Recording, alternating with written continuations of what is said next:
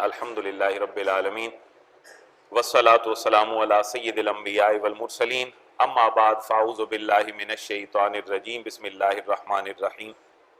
قابل صدر احترام اللہ کے فضل اور اس کی توفیق سے آج یہ بابرکت دن اور اس کی یہ بابرکت گھڑیاں اللہ نے ہمیں دیکھنی نصیب فرمائی ہیں۔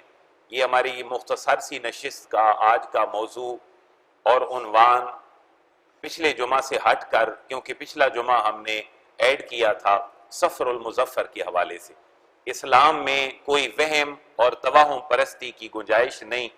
اللہ تبارک و تعالیٰ کے بھیجے ہوئے اور نبی کریم علیہ تحیت و ثنا کے لائے ہوئے دین میں نرا یقین ہی یقین ہے، اس کے اندر وہم اور توہم پرستی کی کوئی گنجائش نہیں، کیونکہ ایمان سے بڑی حقیقت کوئی نہیں، ایمان سے بڑا یقین کوئی نہیں۔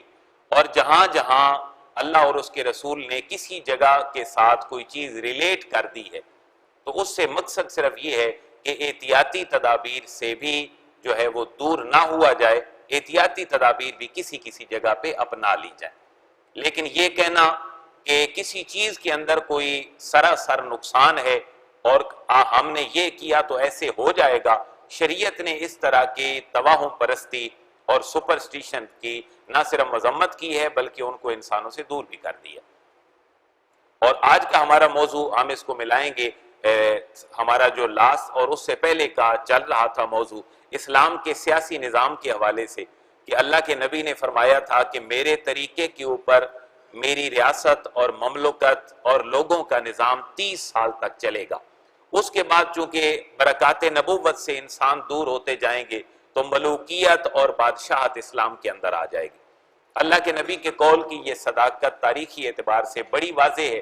اللہ کے حبیب نے جو فرمایا وہ اس سے 100%، اس سے نہ کمی ہو سکی، نہ اس میں کوئی بیشی ہو سکی، نہ زیادتی ہو سکی، اور تاریخ عالم نے یہ سارے معاملات دیکھے۔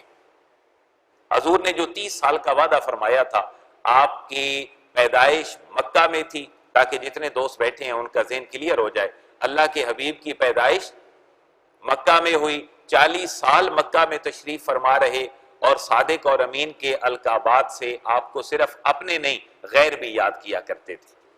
اور اس کے بعد اعلان نبوت ہوا، 13 سال پھر مکہ میں رہے، جس کو مکی پیریڈ کہا جاتا ہے۔ اس کے اندر جو قرآن نازل ہوا وہ مکی قرآن ہے، وہ خاص صورتیں ہیں جن کی تعداد 86 کے قریب ہے۔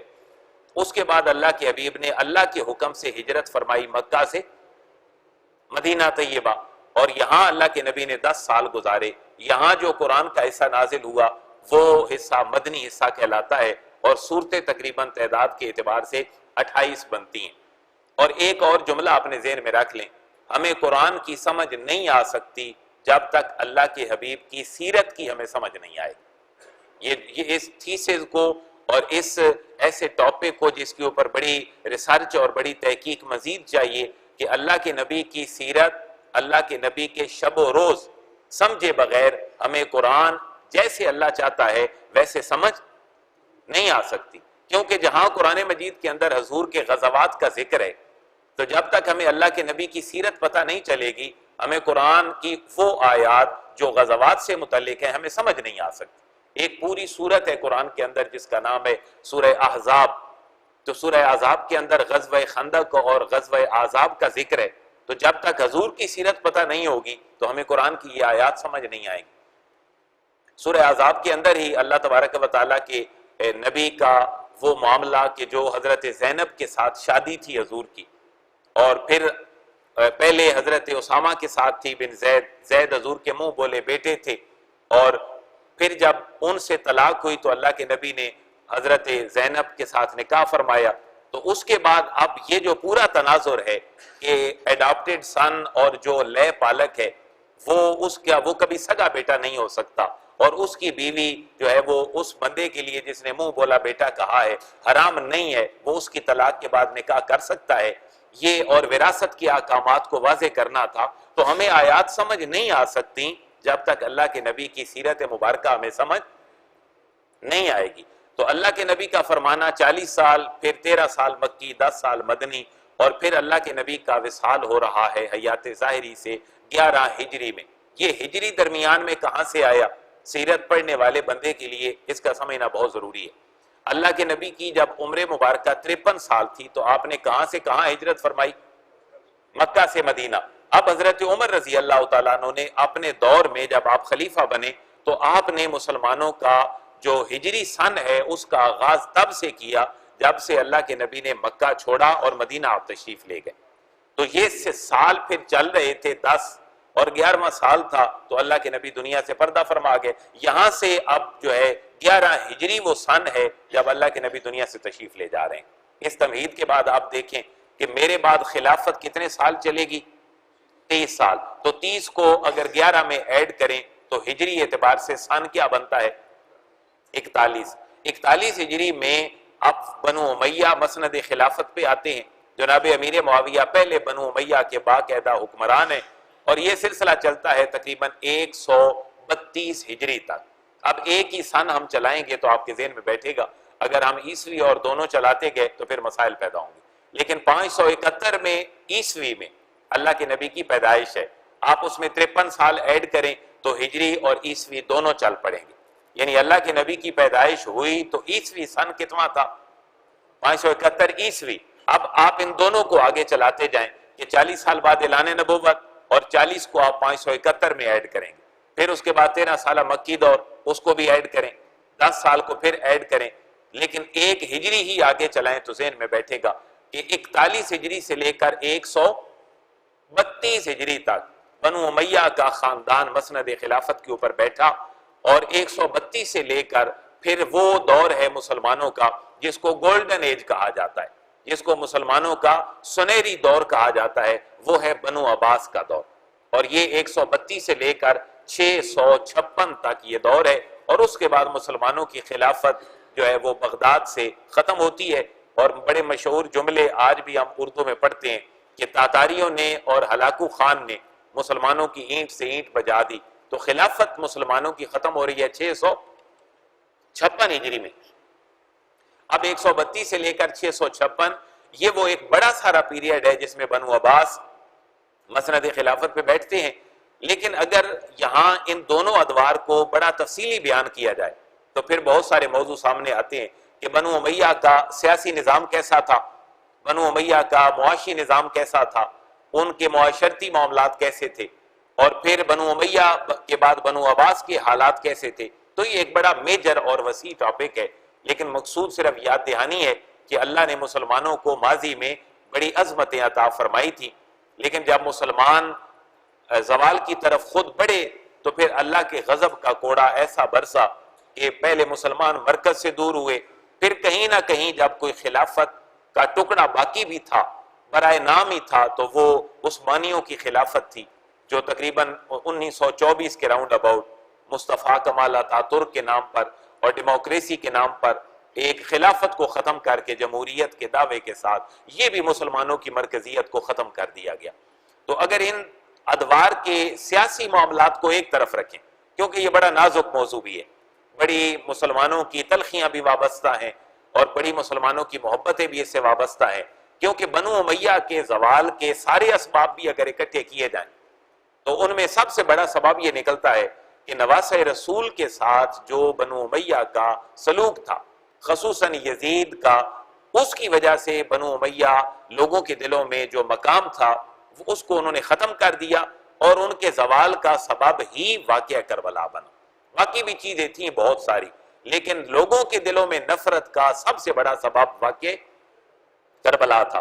لوگ جیسے بھی تھے، دین سے دور تھے یا قریب تھے، مالی لحاظ سے وہ ٹھیک تھے یا ٹھیک نہیں تھے، ووٹ کس کو دیتے تھے، سیاسی نظام کیا تھا، لیکن لوگوں کے دلوں میں بنو امیہ کے لیے نفرت پیدا ہو چکی تھی۔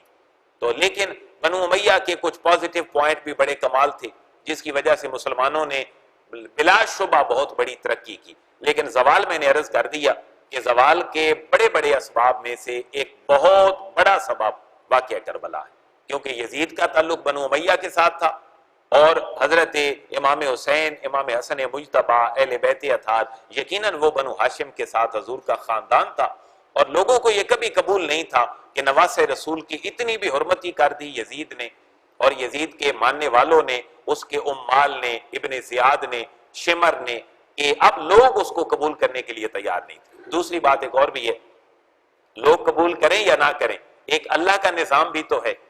تو اللہ کے غضب کا کوڑا بنو امیہ پہ برسا، اور سب سے بڑا انسان کے لیے عذاب شاید یہ ہے کہ وہ لوگوں کے دلوں سے محو ہو جائے۔ اور دیکھیں لوگوں کے دلوں سے کیسے بنو امیہ محو ہوئے۔ علمی ترقی بہت زیادہ ہوئی بنو امیہ کے دور میں، فتوحات بہت زیادہ ہوئی۔ آپ یوں سمجھیں کہ جہاں جہاں اسلام دور دراز تک پھیلا اس کے بانی مبانی بنو امیہ تھے۔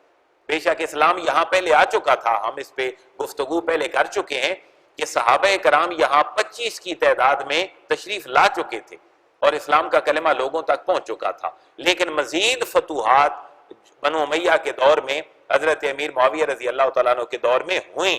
کوئی شک نہیں ہے اس میں کہ اسلام دور تک پھیلا، مسلمان سیاسی لحاظ سے مضبوط بھی ہوئے، لیکن وہ جو ایک اللہ کے غضب کا اور ایک گیو اینڈ ٹیک کا معاملہ تھا، جیسا کرو گے ویسا بھرو گے، تو بنو امیہ کے ساتھ ایسا ہوا۔ لیکن بنو امیہ کے دور کا ایک پازیٹیو سینس میں آپ کے سامنے رکھنا چاہتا ہوں جو ان کے دور میں ہوا۔ بڑے بڑے کام ہوئے، سپہ سالار جتنے بھی بھیجے گئے ادھر ادھر کے علاقوں میں، ان میں سے موسٹلی لوگوں کا تعلق بنو امیہ کے دور میں بنو امیہ کے ساتھ۔ مثلا سندھ کے راستے سے اسلام یہاں پہنچا تو لے کے کون آیا؟ محمد بن قاسم، اور محمد بن قاسم کا بلڈ ریلیشن بھی تھا بنو امیہ کے ساتھ، اور دور جس میں محمد بن قاسم تشریف لائے وہ دور بھی بنو امیہ کا تھا۔ گویا یہاں باقاعدہ مسلم فاتح جو آ رہا ہے، صحابہ بطور فاتح نہیں آئے، یہ ذہن میں رکھیں۔ صحابہ کرام بطور فاتح یہاں تشریف نہیں لائے، وہ بطور پریچر یہاں پر تشریف لائے، بطور مبلغ تشریف لائے، لیکن محمد بن قاسم اپنے پورے لشکر کے ساتھ آیا اور باقاعدہ لڑائی ہوئی ہے، اور لڑائی کے بعد پھر محمد بن قاسم جو ہے وہ یہاں سے واپس گیا ہے۔ بنو امیہ کے زوال میں یہ بھی ایڈ کریں کہ بنو امیہ کا پازیٹیو سینس تو یہ ہے کہ اس نے سپہ سالار بھیجے، محمد بن قاسم یہاں آ رہا ہے، طارق بن زیاد جو ہے وہ اندلس میں جا رہا ہے، اور موسیٰ بن نصیر جو ہے وہ افریقہ کی طرف جا رہے ہیں، لیکن یہ اسلام کے پھیلنے کا جو سہرا ہے وہ کس کے سارے ہے؟ بنو امیہ کے، کیونکہ بنو امیہ کے دور میں بھیجا گیا۔ لیکن ان کے زوال کا سبب بھی یہی ہے کہ ان تینوں کو واپس بلا کر ان تینوں کے ساتھ بنو امیہ کے حکمرانوں نے سلوک ٹھیک نہیں کیا۔ محمد بن قاسم قید میں مرا، موسیٰ بن نصیر قید میں مرا، طارق بن زیاد کا یہی معاملہ کیا، اور واقعہ کربلا کے بعد جو کام زیادہ نفرت کا سبب بنا وہ ان فاتحین کے ساتھ سلوک کا ٹھیک نہ ہونا تھا، اور یہ کرنے والے بھی کون تھے؟ بنو امیہ تھے۔ یعنی یہاں دونوں چیزیں چل رہی ہیں۔ پازیٹیو سینس یہ چل رہا ہے کہ فتوحات ہوئی ہیں، لیکن جب فتوحات ہو چکی ہیں تو جو لیڈر تھے، سپہ سالار تھے، ان کے ساتھ سلوک ٹھیک نہیں کیا، قید میں بھیج دیا، اور ان کی زندگیاں وہیں پہ ختم ہوئیں، تو یہ بھی ایک نفرت کا سبب جو ہے وہ لوگوں کے دلوں کے اندر پیدا ہوا۔ ایک اور پازیٹیو سینس یہ تھا کہ فقہی اعتبار سے جتنی ترقی ہوئی ہے، اس جملے کو ذہن میں رکھیں، فقہی اعتبار سے جتنی بھی ترقی ہوئی ہے، فقہ حنفی، فقہ شافی، فقہ مالکی، حنبلی، تمام کے تمام فقہا بنو امیہ کے دور میں ہی پیدا ہوئے ہیں، اور ساری خدمات انہی کے دور کی ہیں۔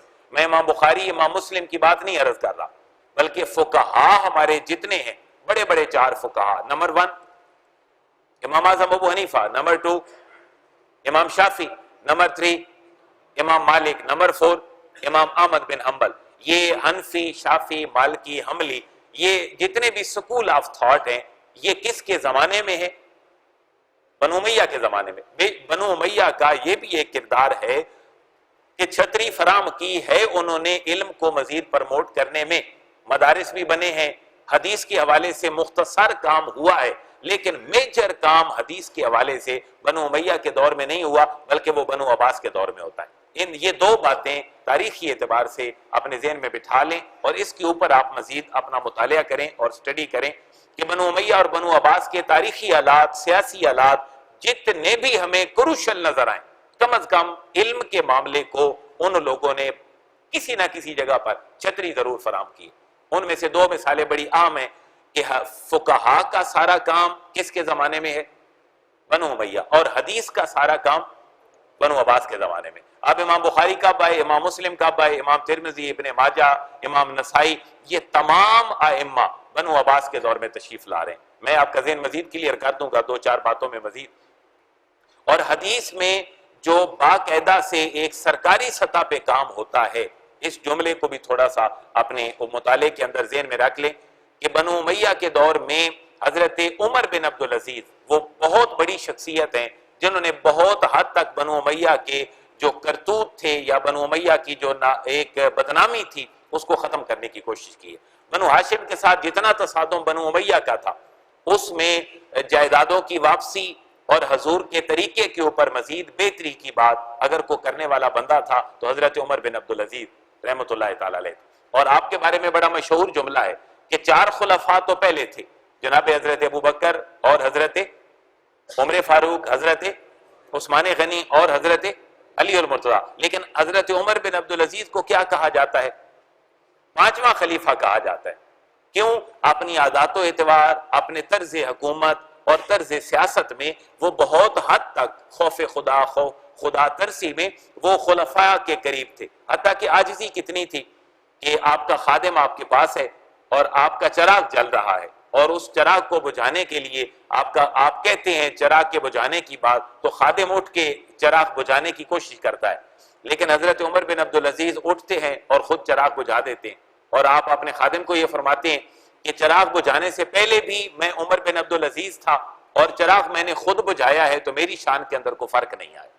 یعنی سادگی، خوف خدا، دین کی قربت، اہل بیت کے ساتھ محبت حضرت عمر بن عبدالعزیز کا ایک بہت بڑا کارنامہ تھا۔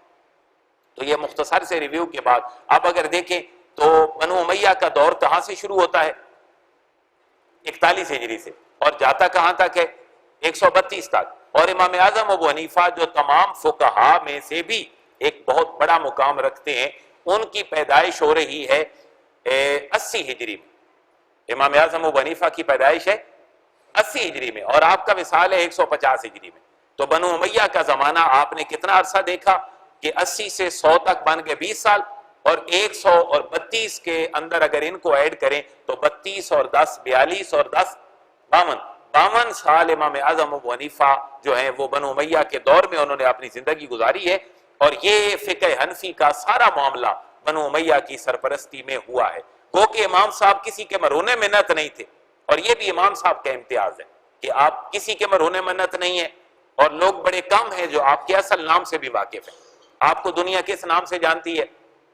امام اعظم ابو حنیفہ، لیکن اصل نام سے بہت کم لوگ واقف ہیں، اور ابو حنیفہ کے اندر جو چاشنی ہے وہ شاید اتنی کمال ہے کہ اللہ نے اسی کو دوام دیا۔ آپ کا اصل نام ہے نعمان بن ثابت، نعمان بن ثابت، لیکن ابو حنیفہ آپ کو کیوں کہا جاتا ہے؟ حنیف کا معنی ہے یکسو ہونا، اور اللہ تعالیٰ نے حضرت ابراہیم کے بارے میں قرآن میں فرمایا ہے کہ حضرت ابراہیم کا بتوں کے ساتھ تعلق نہیں ہے، بلکہ آپ بڑے حنیف ہیں، بڑے یکسو ہیں، اور اللہ کے ساتھ ان کا ایک اپنا بڑا تعلق ہے۔ عموماً لوگوں کے نزدیک یہ بات بھی مشہور ہے کہ امام اعظم ابو حنیفہ کی کوئی بیٹی تھی جن کا نام حنیفہ تھا، تو اس وجہ سے آپ کی کنیت ہے ابو حنیفہ، لیکن ایسی تاریخ میں کوئی بات نہیں ہے کہ آپ کی بیٹی یا بیٹا ہو، کیونکہ کنیت کہاں سے چلتی ہے؟ بیٹے اور بیٹی سے۔ اب حضور کی کنیت کیا تھی؟ ابو القاسم۔ وجہ کیا تھی کہ آپ کے بیٹے کا نام کیا تھا؟ حضرت قاسم۔ تو عموماً کنیت چلتی ہے بچوں سے اور بچیوں سے، لیکن امام صاحب کی کنیت چلی ہے اللہ کے ساتھ تعلق کی وجہ سے، اور وہ تعلق ہے ابو حنیفہ، یکسوئی اختیار کرنے والا، کنسنٹریشن کرنے والا، اللہ کی ذات کے ساتھ ایک تعلق قائم کرنے والا۔ اور صوفیاء نے یہ بات لکھی ہے کہ جتنا اللہ کے ساتھ قریبی تعلق اور اللہ کی قربت صحابہ کرام کے بعد اور ان کے بعد امام اعظم ابو حنیفہ کو حاصل ہے، شاید کسی اور بندے کو حاصل نہیں، کیونکہ امام اعظم ابو حنیفہ کا ایک تخصص یہ بھی ہے اور آپ کی ایک یونیکنیس یہ ہے کہ حضرت امام اعظم ابو حنیفہ تابعی ہیں، اور تابعی وہ ہوتا ہے جس نے کس کو دیکھا ہو؟ صحابہ کرام کو ایمان کی حالت میں دیکھا ہو اور ایمان کی حالت میں ہی دنیا سے رخصت ہوا ہو۔ تو امام اعظم ابو حنیفہ 80 ہجری میں پیدائش، 150 میں آپ کا وصال، اور 150 میں امام شافعی کی پیدائش، اور پھر تقریباً 204 کے راؤنڈ اباؤٹ امام شافعی کا وصال۔ اور اس کا تعلق میں نے بنو امیہ سے اس لیے جوڑا ہے کہ امام شافعی رحمۃ اللہ تعالی علیہ کے جتنے استاد ہیں وہ سارے کے سارے ڈائریکٹ یا انڈائریکٹ امام اعظم ابو حنیفہ کے شاگرد ہیں۔ یہ ایک تاریخی اعتبار سے بہت بڑی حقیقت ہے۔ اب تھوڑی سی چین اور میں لا لیں کہ امام شافعی کی پیدائش ہو رہی ہے 150 میں، تھوڑا سا اور پیچھے امام صاحب کی پیدائش 80 ہجری میں، اور امام صاحب کا وصال 150۔ عمر کتنی بنی؟ 170 سال. اب امام شافی کی پیدائش ہے 150 میں اور آپ کا وصال ہے 204 میں. اچھا ایک تسلسل کیسا ہے کہ امام صاحب کے جتنے شاگرد ہیں ان شاگردوں کے شاگرد کون ہیں؟ امام شافی. وہ اتنا نام نہیں کما سکے جتنا نام امام اعظم ابو حنیفہ اور امام شافی رحمۃ اللہ تعالی علیہ نے کمایا ہے. اگلی مزے کی بات یہ ہے جس کے اندر بڑا ایک علمی گہرائی والی بات موجود ہے کہ امام شافی کے جتنے شاگرد ہیں ان کے پھر شاگرد آگے امام بخاری رحمۃ اللہ تعالی علیہ، کیونکہ امام بخاری کی پیدائش ہو رہی ہے 194 ہجری میں. 194 ہجری میں. اب میں زیادہ سن آپ کو نہیں بتاتا، آپ مشکل میں نہ جائیں. 80 ہجری میں امام صاحب کی پیدائش، 150 میں آپ کا وصال. 150 میں امام شافی کی پیدائش اور 204 میں آپ کا وصال. اور امام بخاری کی پیدائش ہے 196. اور اب یہ تسلسل اگر دیکھیں تو امام صاحب کے شاگردوں کے شاگرد ہیں امام شافی اور امام شافی کے شاگردوں کے شاگرد ہیں امام بخاری رحمۃ اللہ تعالی علیہ. تو یہ دونوں ادوار بنو امیہ اور بنو عباس کے آپس میں بہت بڑا گہرا تعلق رکھتے ہیں. اب فقہ حنفی کی اگر ہم بات کریں تو دنیا میں آج تک جتنے مسلمان کلمہ گو موجود ہیں، ملائیشیا، انڈونیشیا میں کہیں شوافے اور حنابلہ حملی موجود ہیں، امام مالک کے پیروکار بھی موجود ہیں، لیکن پوری دنیا میں سب سے زیادہ تعداد کس کے فالورز کی ہے؟ امام اعظم ابو حنیفہ. تو امام اعظم ابو حنیفہ کا جو دور ہے یہ کریڈٹ بنو امیہ کو جائے یا نہ جائے، لیکن کم از کم آپ کیا یہ علمی کام بنو امیہ کے دور کے اندر ہی شروع ہوتا ہے اور 132 میں بنو امیہ پایا تکمیل کو پہنچتے ہیں. لیکن امام صاحب کا کام آج تک دنیا کے ہر خطے، کونے اور کنارے کے اوپر رائج ہے. آپ کبھی کوئی وجہ دیکھیں کہ وہ وجوہات کیا ہیں کہ امام صاحب کی فقہ کو اتنا عروج ملا ہے. آج کم از کم اگر مسالک اور سیکٹیرینزم کی بنیاد پر ہم جدا بھی ہیں تو کم از کم فقہی اعتبار سے بہت سارے لوگ پاکستان کے اندر اور اس خطے میں رہنے والے فقہ حنفی کے اعتبار سے ایک دوسرے کے ساتھ گہرا تعلق رکھتے ہیں. اور امام صاحب کی فقہ کے اندر ایک بڑا کمال یہ تھا کہ امام صاحب کی جو فقہ ہے وہ بڑی احتیاط والی فقہ ہے. کیونکہ پہلے فقہ کا معنی سمجھے کہ فقہ ہے کیا. اسلام نے جتنے پریکٹیکل مجھے اور آپ کو دیے ہیں کہ ایسے کرو ایسے کرو، اب وضو کرو تو طریقہ یہ ہو، نماز پڑھو تو طریقہ یہ ہو، یہ سارے کے سارے پریکٹیکل کیا کہلاتے ہیں؟ فقہ کہلاتے ہیں. پریکٹیکل کیا کہلاتے ہیں؟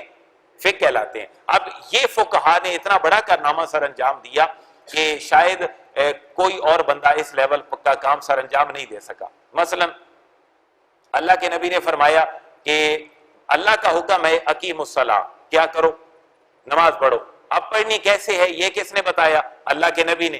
لیکن اللہ کے نبی کے پڑھنے کے طریقے میں اب کچھ طریقے فقہا نے وہ نکالے جو نہایت کمپلسری اور ضروری ہیں، کچھ طریقے وہ ہیں جو اس لیول پہ کمپلسری نہیں ہیں. تو یہ سارا کام کس نے کیا ہے؟ فقہا نے. یہ علمی بات ایک اپنے ذہن میں بٹھا لیں کہ اللہ کا فرمانا تھا نماز پڑھو، اللہ کا فرمانا تھا زکوٰۃ دو، حج کرو، لیکن اس کا طریقہ کس نے بتایا؟ اللہ کے حبیب نے. اب اس طریقے کے اندر جو کیٹیگرائزیشن ہے کہ یہ طریقہ ایسے ہے، یہ ایسے ہے اور حضور نے ایسے کیا ہے، یہ کام کس کا ہے؟ فقہا کا ہے. اور جو محدثین ہیں امام بخاری اور امام مسلم، انہوں نے احادیث مبارکہ کو کمپائل کیا ہے اور اپنی جگہ پہ اکٹھا کیا ہے. یہ ضمناً میرے ذہن میں ایک بات آئی ہے وہ بھی آپ تک پہنچا رہا ہوں کہ آج بھی مسلمانوں کے اندر کچھ لوگ ایسے ہیں کہ جو صرف قرآن کو اپنے لیے حدیث کی بھی ان کے نزدیک قرآن کو سمجھنے کی ضرورت نہیں ہے. ان کا موقف یہ ہے کہ حضور جسٹ میسنجر ہیں اور اللہ کا پیغام لے کر انہوں نے لوگوں تک پہنچا دیا. آپ کی حدیث، آپ کی سنت کوئی معنی نہیں رکھتی. اور ان کے نزدیک سنت کی انٹرپریٹیشن یہ ہے کہ داڑھی رکھنا شاید سنت نہیں ہے.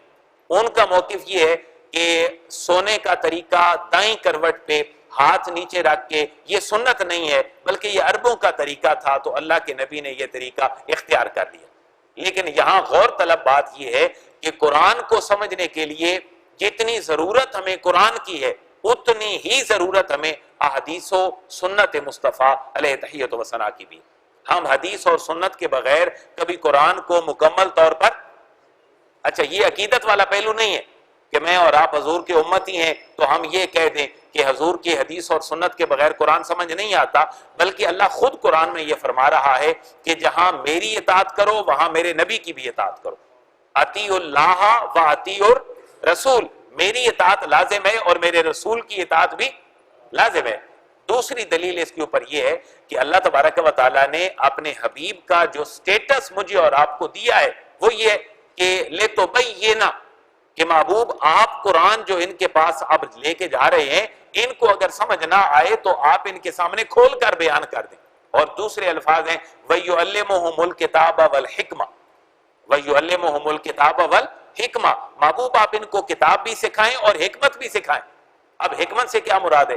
امام شافعی رحمۃ اللہ تعالی علیہ فرماتے ہیں کہ قرآن میں جہاں جہاں حکمت کا لفظ موجود ہے وہاں اللہ کے نبی کی حدیث اور سنت مراد ہے، اللہ کے نبی کی حدیث اور سنت مراد ہے۔ اور پھر اللہ تبارک و تعالیٰ ایک اور جگہ پر سورہ نحل کے اندر اللہ ارشاد فرما رہا ہے کہ میرے محبوب کا سٹیٹس تو یہ ہے کہ میرا محبوب تمہارے سامنے حلال اور حرام کو واضح فرماتا ہے۔ اگر کوئی چیز انسانیت کے لیے مضر ہے تو میرا نبی اس کو تمہارے اوپر حرام قرار دے دیتا ہے، اور اگر تمہارے لیے فائدہ مند ہو تو میرا نبی اس کو تمہارے لیے حلال قرار دے دیتا ہے۔ اور مزید سمجھنے والی بات یہ ہے کہ ہمیں حلال اور حرام بتایا کس نے؟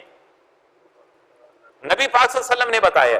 تو کیا نبی صلی اللہ علیہ وسلم کی حیثیت صرف اتنی ہے کہ بس اللہ نے بھیجا اور ہم تک پہنچ گئے؟ نہیں، اور یہ امت کے اندر گروہ اس وقت بھی تھے اور آج بھی موجود ہیں، لیکن اہل سنت کا موقف یہ ہے 14 صدیوں میں قرآن کو سمجھنے کے لیے سب سے پہلے ہمیں قرآن کی ضرورت ہے۔ قرآن کو سمجھنے کے لیے سب سے پہلی ضرورت قرآن کی ہے۔ قرآن کی کچھ آیات قرآن کی دوسری آیات کی تشریح کر دیتی ہیں۔ اب یہ ایک الگ بحث ہے کہ کیسے کرتی ہیں۔ مثلا میں ایک مثال عرض کر دیتا ہوں۔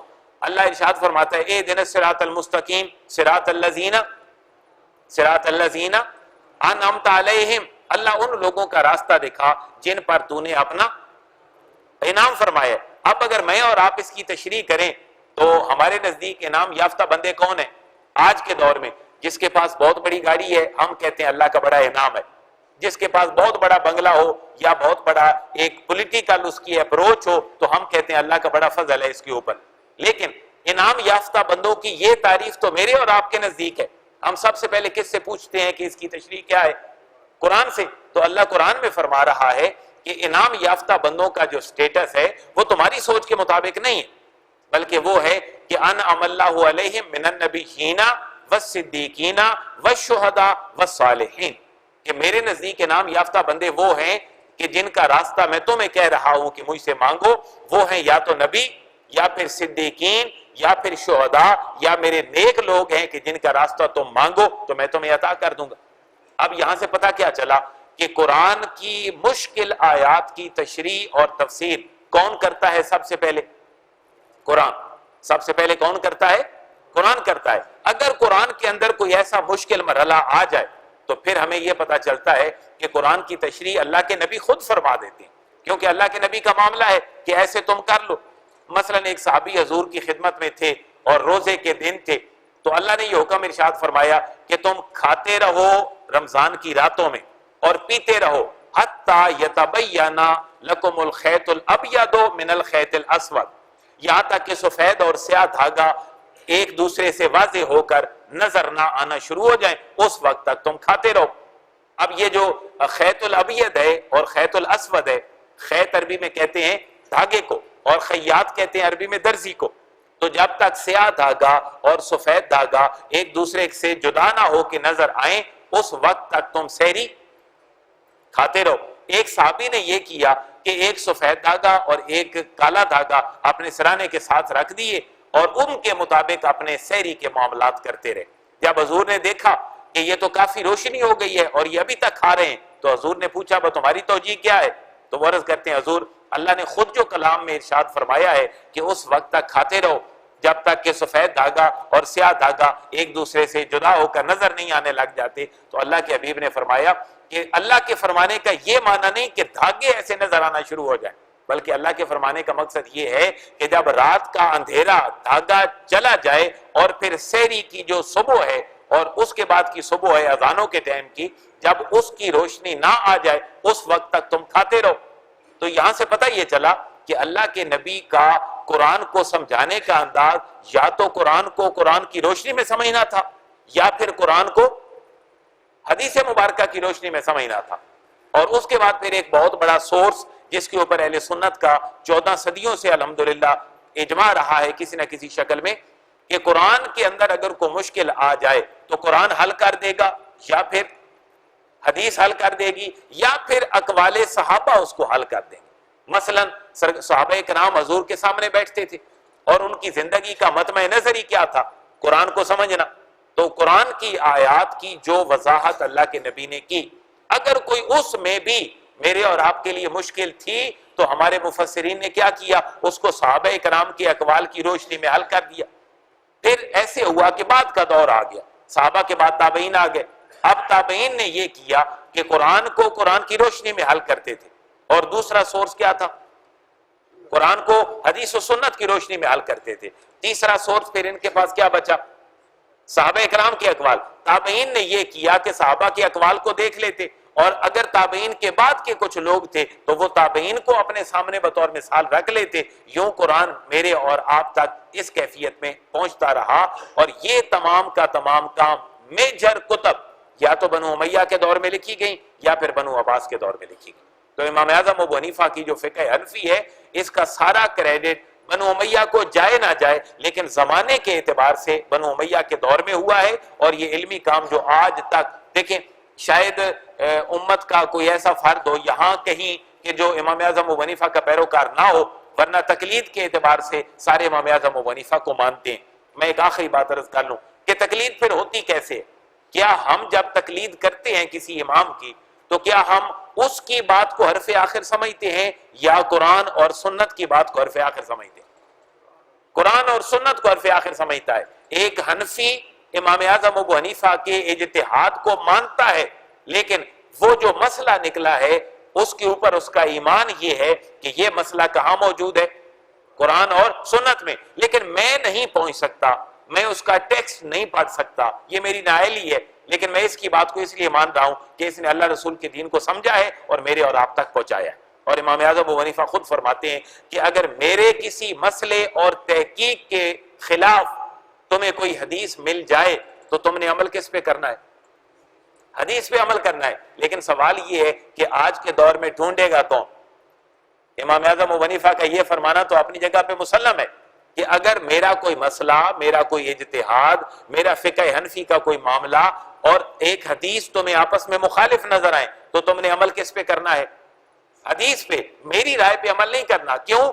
کہ میں نے جس کو صحیح سمجھا تھا وہ میں نے کہہ دیا، لیکن ممکن ہے کہ تحقیق اور تفتیش کے بعد کوئی چیز مزید بھی آگے پہنچ جائے، اور یہی وجہ ہے، اپنے ذہن میں رکھ لیں، ہم نیکسٹ جو میں اس پہ مزید بات کریں گے کہ امام اعظم ابو حنیفہ کی فقہ کو کمپائل کرنا یہ پہلے کا کام ہے، اور امام بخاری رحمۃ اللہ تعالی علیہ کا بخاری لکھنا اور بخاری کو کمپائل کرنا یہ بعد کا کام۔ اور یہی وجہ ہے کہ امام اعظم ابو حنیفہ کے کچھ مسائل میں اور امام بخاری کے کچھ مسائل میں ہمیں اختلاف نظر آتا ہے۔ مثلا امام بخاری صحیح بخاری میں رفع یدین کی حدیث کو ذکر کرتے ہیں، لیکن امام اعظم ابو حنیفہ جس حدیث سے دلیل پکڑتے ہیں وہ بھی حدیث کی 6 صحیح کتابوں میں سے ترمذی کے اندر موجود ہے، اور پہلی کتاب ہے بخاری، دوسری صحیح مسلم، اور تیسرے درجے کی کتاب ہے جامع ترمذی، جس کو سنن اور جامع دونوں کے القابات امت میں دیے جاتے ہیں۔ تو یہ حدیثیں بعد میں کمپائل ہوئیں، اور امام مالک، امام اعظم ابو حنیفہ، امام شافعی، امام احمد بن حنبل، یہ وہ لوگ تھے جنہوں نے حدیث کی کمپائلیشن سے پہلے حدیثوں کو مد نظر رکھ کر دین لوگوں تک پہنچا دیا۔ میں اس جملے کو دہرا رہا ہوں کو ڈاؤٹ فل نہ ہو کہ امام اعظم ابو حنیفہ نے، چونکہ آپ تابعی تھے اور آپ کے سامنے کون لوگ تھے؟ صحابہ کرام تھے، اور حدیث باقاعدہ کمپائل کتابی شکل میں نہیں ہوئی تھی، تو امام اعظم ابو حنیفہ صحابہ سے ڈسکس کر لیتے، اور جو تابعین تھے ان سے ڈسکس کر لیتے، اور احادیث کے کمپائل ہونے کا چیلنج نہیں آیا تھا، لہذا پریکٹیکل کو لوگوں کے سامنے پہنچانے کے لیے قرآن و سنت کو سامنے رکھ کر لوگوں تک مسائل پہنچا دی۔ لیکن جب امام بخاری رحمۃ اللہ تعالی علیہ کا دور آیا تو پھر پتہ یہ چلا کہ اب حدیث کو کمپائل ہونا ضروری ہے۔ وجہ کیا ہے کہ حضور نے فرمایا تو کس نے سنا؟ صحابہ نے فرمایا تو تابعین نے، اور تابعین نے فرمایا تو تبع تابعین نے، اور امام بخاری تبع تابعین ہیں۔ حضور کا وصال ہو رہا ہے 11 ہجری میں، اور امام بخاری کی پیدائش کب ہے؟ 196 ہجری میں۔ درمیان میں جو فرق بنتا ہے راؤنڈ اباؤٹ 180 پلس ایئر کا، تو اس فرق کے بعد اب محدثین نے سوچا، فقہا اپنا کام کر گئے اخلاص کے ساتھ، اب حدیث کو بھی قرآن کی طرح کمپائل ہونا چاہیے، اور قرآن اپنی جگہ پر محفوظ ہو چکا ہے تو حدیث مبارکہ بھی امت کے سامنے باقاعدہ سے محفوظ ہو جانی چاہیے۔ انشاءاللہ نیکسٹ جمعۃ المبارک پہ ہم اسی موضوع کو مزید آگے بڑھائیں گے، لیکن ایک بات یہ طے کہ شریعت کو سمجھنے کے لیے ہمیں سب سے پہلے کس کو سمجھنا ہے؟ قرآن کو، سیکنڈ سورس حدیث و سنت، تھرڈ سورس اقوال صحابہ، اور اس کے بعد اقوال تابعین، اور پھر دور جدید کے اگر مسائل کوئی سامنے آ جائیں تو ہم ان کو کہاں سے تلاش کریں گے؟ قرآن سے۔ مثلا حضور کے زمانے میں انجیکشن کا طریقہ کار نہیں تھا، بلڈ دینے کا طریقہ کار حضور کے زمانے میں ایسا نہیں تھا۔ آپ دیکھیں بائی پاس ہوتے ہیں لوگوں کے، اور بہت ساری چیزوں کی ٹرانسپلانٹیشن ہوتی ہے، مسجد کے اندر قالین، پنکھے، مسجد کے ساتھ واش روم، کیا یہ سارے کام حضور کے زمانے میں تھے؟ نہیں تھے۔ تو کیا وہاں لکھا ہوا ہے کہ یہ کر لینا؟ نہیں۔